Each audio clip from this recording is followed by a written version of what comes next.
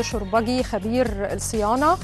تاني اسبوع النهارده بنلتقي بيه، والنهارده بيتكلم بقى عن شيء مختلف. بيتكلم زي ما قلنا في بدايه حلقتنا عن انتقاء السيارات المستعمله، ازاي يعني معايير الاختيار هتكون ايه، وفي نفس الوقت كمان ازاي نتعامل مع قطع الغيار، ازاي نتعامل مع بعض المفردات المهمه جدا لتوفير الوقود، ومعلومات تانية كتير هتفيدنا كلنا، سواء اذا كان حد عنده عربيه مستعمله او عربيه حديثه، ازاي يستفيد ويتعامل معها معامله جيده. تعالوا مع بعض نشوف اللقاء ونرجع لكم تاني.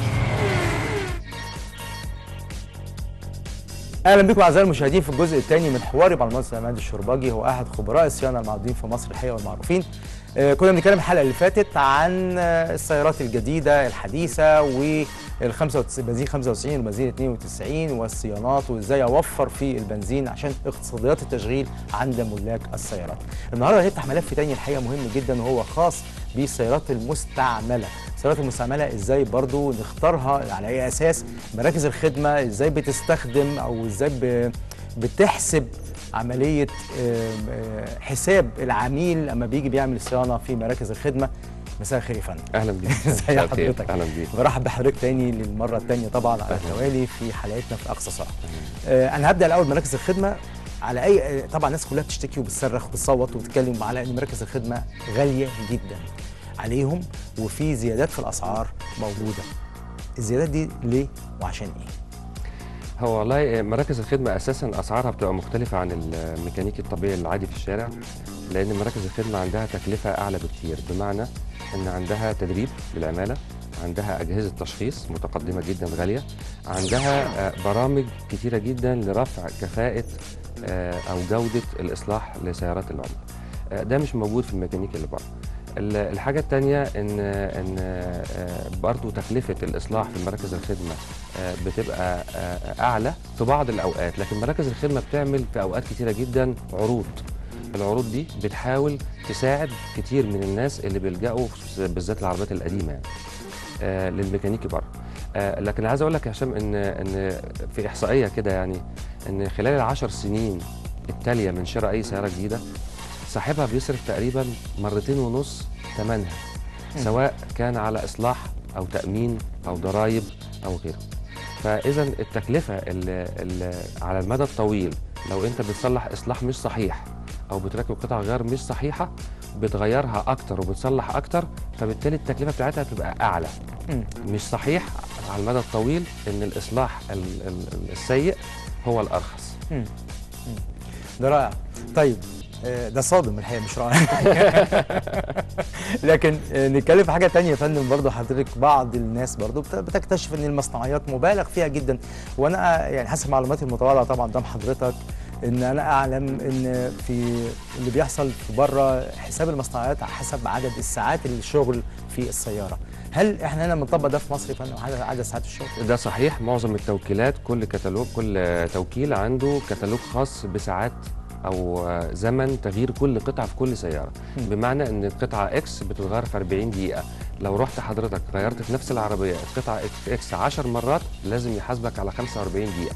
بس حضرتك ما بتشوفش في الفاتورة كلمة 45 دقيقة، بتشوف 45 دقيقة مضروبة في سعر الساعة. ده بيختلف من وكيل لوكيل وسيارة أو سيارة. في سيارة حديثة متقدمة جدا صعبة بيبقى سعر الساعة أغلى من سيارة أقل تكنولوجيا.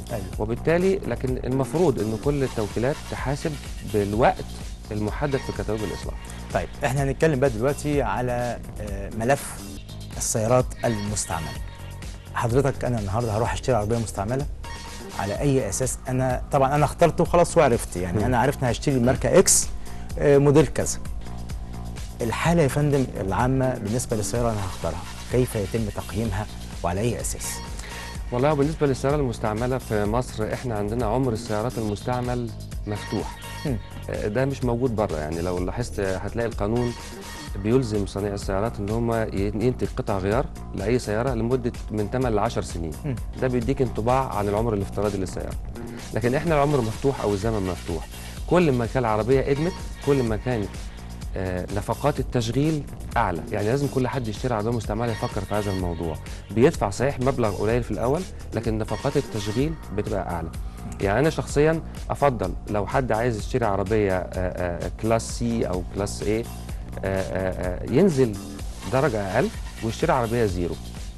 ده مش معناه ان سوق المستعمل هيقف، لكن اقصد اقول ان الافضل انك تاخد بالك من مصاريف التشغيل. لو مضطر بقى يشتري عربيه مستعمله، في شركات كتيره جدا دلوقتي سواء توكيلات او غيرها عندها خدمه التريد ان او خدمه السيارات المستعمله دي، بحيث انها تضمنها لك 3 شهور 4 شهور. ده بيحميك من المفاجآت الحقيقه. لكن لو مضطر تشتري من حد ما تعرفوش، فانا انصح ان لازم تاخد العربيه دي وتروح لاي وكيل يكشف لك على الشاسيه. اولا في اجهزه الكترونيه، يعني نمره واحد يا فندم الشاسيه. الشاسيه طبعا. اوكي. بيكشف على الشاسيه ده في نص ساعه. ايه الحاجه يا فندم اللي تخليها لو في الشاسيه ان هو يقول مش هشتريها؟ لا، هي الاصلاحات اللي في الشاسيه اللي بتتم خارج التوكيل بتتم بالتسخين، وبالتالي ده بيضعف الجزء اللي تم تسخينه. الحاجه الثانيه احيانا بيتم اصلاحه بدون ما يرجع لشكله الاصلي او لابعاده الاصليه. لا يعني تلاحظ كتير ماركات من العربيات القديمه اللي نعرفها مش لازم نسميها، تلاقي العربيه ماشيه عامله كده وماشيه لقدام. يعني ده شاسيه طبعا. فلازم يمشي على الشاسيه. ممكن بعد كده برضو بقيه السياره كفاءه المحرك ده كله بيتكشف عند التوكيلات. طيب كفاءه المحرك يا فندم امتى نقدر نوصل لان كفاءه المحرك دي او كيل العربيه دي يبقى جيده اقدر اشتريها؟ كام في الميه يا فندم من كفاءه المحرك لو وصلنا؟ هو كلمه كام في الميه دي اللي الناس بتتكلم فيها، تلاقي واحد واقف في السوق وبعدين يشغل العربيه يقول لك المحرك ده 70%.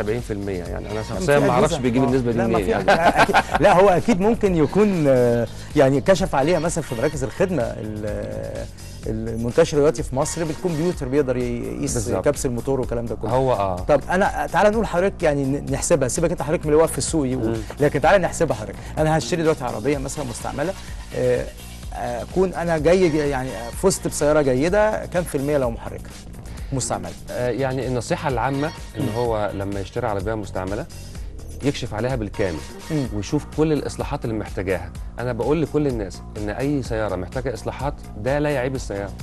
انت بتحسب تكلفه الاصلاح عشان تقارنها بالسعر بس، لكن اي اصلاح ممكن ان هو يتعمل طالما مش حاجه اساسيه. حاجه اساسيه بنتكلم شاسيه، لكن بقيه الاجزاء كلها سواء محرك سواء فتيس سواء اي جزء في السياره قبل الاصلاح وقبل التغيير بالكامل. عظيم. فهي كم في الميه برضه المحرك؟ كم في الميه المحرك؟ كم في المية المحرك؟ يعني أقدر أقول إن لو أقل من 80% ما ياخدهاش. ده بالقياس بالجهاز عن طريق الضغط، قياس ضغط المحرك، مش بقياس بكلام الراجل. لأن معظم الماركات تحت ال 80% بتبقى محتاجة عمرة. تحت 80%. يعني معنى كده حضرتك إن كل السيارات اللي موجودة في السوق ما بتدخنش دي فوق 80% كفاءة المحرك؟ انها تدخن ده مش دليل على انه 80% ولا لا، ولكن لو بتدخن يبقى اكيد اقل من 80%.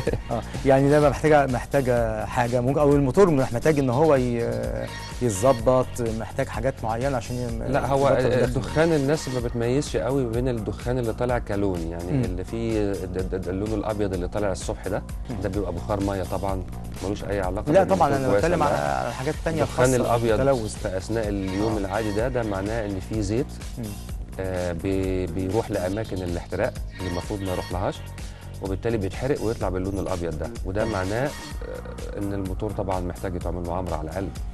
السؤال الاخير يا فندم، اللعب في العمله في سواء كان باليورو او بالين او بالدولار، هل بيأثر على اسعار مراكز الخدمه؟ طبعا بالتاكيد. اولا في تاثير مباشر اللي هو بالنسبه لقطع الغيار، لان احنا كل الناس بتستورد قطع غيار، كل التوكيلات بتستورد قطع غيار، فده تاثير مباشر. تاثير غير مباشر ان احنا التدريب بنستخدم ليه ناس من بره برضه بالعمله الصعبه، او بنبعت ناس بره بالعمله الصعبه. بنشتري برامج التدريب المحليه، بنشترك في سايتس او حاجات خاصه بالشركات الام برضه بفيز او كمان عندك انت لما سعر الدولار يزيد في مصر اكيد كل المرتبات هتتاثر، فمرتبات العماله بتزود التكلفه. حاجات كتير جدا بتتاثر، ولكن انا ما اقدرش اقول ان الزياده الاخيره اللي حصلت تستوجب تعديل فوري من شركات السيارات. اعتقد ان احنا لازم ننتظر شويه ونشوف الاستقرار، نقطه الاستقرار فين، وبناء عليه نقدر نعيد حساباتنا تاني علشان ما نضغطش اكتر من كده على العميل سواء في العربيه الجديده او الصيانه. لا هو هيهربوا تاني. يعني تعرف حضرتك ان في احصائيات بتقول ان بعد فتره الضمان ما بتخلص نسبه كبيره من العملاء السيارات ده حقيقي في ظل الظروف العاديه، لكن في برامج كتيره جدا بتحافظ على العميل 4 سنين و5 سنين و6 سنين وبتكلفه اقل. وانا يعني بنصح العملاء لما يلاقوا برامج بهذا الشكل، احنا دايما عندنا مشكله ان احنا بنبص للمدى القريب او تحت رجلينا، ما بنبصش بعيد شويه. لكن البرامج دي بتفيد العملاء على المدى الطويل وتخفض النفقات اكتر بكتير جدا من ان هو يمشي بالطريق العادي. أعزائي المشاهدين، في ختام الجزء الثاني من حواري مع المهندس عماد الشربجي، أنا بوجه التحية والشكر للمهندس عماد الشربجي. بشكر حضرتك جدا يا فندم، تشريف حضرتك على مدار حلقتين معانا في أقصى سرعة. الحقيقة طبعا احنا فتحنا الملفات الكبيرة والمهمة في أسرع وقت لينا على يعني حساب وقتنا في الندوة، لكن أعتقد أن أنا استفدت على المستوى الشخصي كهشام، وأتمنى أن تكونوا أنتم استفدتوا سواء كنتوا تشتروا عربية جديدة أو عربية مستعملة. في نهاية لقائي مع المهندس عماد الشربجي بوجه التحية له، وبدعوكم لاستكمال باقي فقرات البرنامج بعد الفاصل.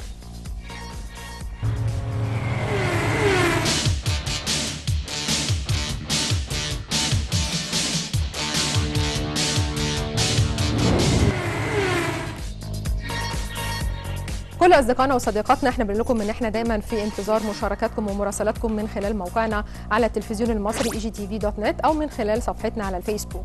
ومن ضمن المراسلات اللي وصلت لينا النهارده صديقنا سامي خير، بيسأل سامي عن موضوع مهم جدا. احنا طبعا كلنا اي حد عنده عربيه بيشوف كتير قوي من محلات قطع الغيار اللي بيبقى حاطين عليها لوجو ماركات كتيره جدا متعدده. بنشوف البعض متخصص في الياباني، البعض متخصص في الاوروبي، في الامريكي.